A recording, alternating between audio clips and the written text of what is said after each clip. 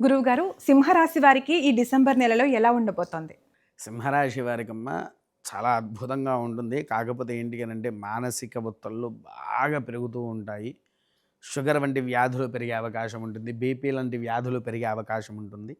తర్వాత ఇంకొకటి కూడా ఏంటి అనంటే వారి కష్టాలకు మారుపేరండి. సింహరాశి వారికి ఏంటంటే సింహరాశి అనుకుంటాం కానీ వారి కష్టాలకు మారుపేరు. ఉన్నతమైనటువంటి మనసు గల్ల వ్యక్తులు సింహరాశి వారు.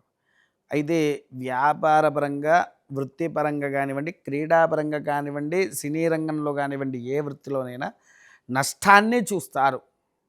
నష్టం వికసించినటువంటి మారుపేరు ఎక్కువగా ఈ సంవత్సరంలో సింహరాశి వారికి ఎక్కువ ఉంది. తెలియని అప్పులు పెరుగుతూ ఉంటాయి. అప్పుల వల్ల చాలా ఇబ్బందులు పడుతూ ఉంటారు.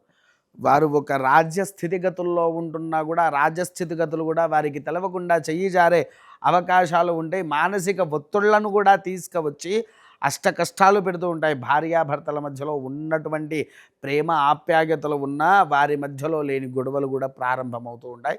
కానీ అవి ఎంతటి దూరమైతే పోవు, అవి సాధారణంగా ఉండేటువంటి గొడవలే కాబట్టి దాని గురించి ఆలోచించవలసినటువంటి అవసరం అయితే లేదు. కాకపోతే వీరు ఆచరించవలసినటువంటి విధానం ఏంటిదయ్యా అంటే, ఉదయాన్నే లేచి కాళ్ళకృత్యాలు అంటే స్నానాధికాలు చేసి దేవుడి దగ్గర దీపం వెలిగించి ఇల్లువంత ధూపం వేసేసి ప్రతి శుక్రవారం రోజున దుర్గాదేవికి అభిషేకాన్ని ఆచరించాలి. అభిషేకాన్ని ఆచరిస్తే వారికి ఉండేటువంటి దోషాలు అనేటువంటివి నివారణ అయ్యే అవకాశం చాలా ఉంటుంది తల్లి. గురువుగారు, చాలా చక్కగా వివరించారు. ధన్యవాదాలు. మహాదేవ.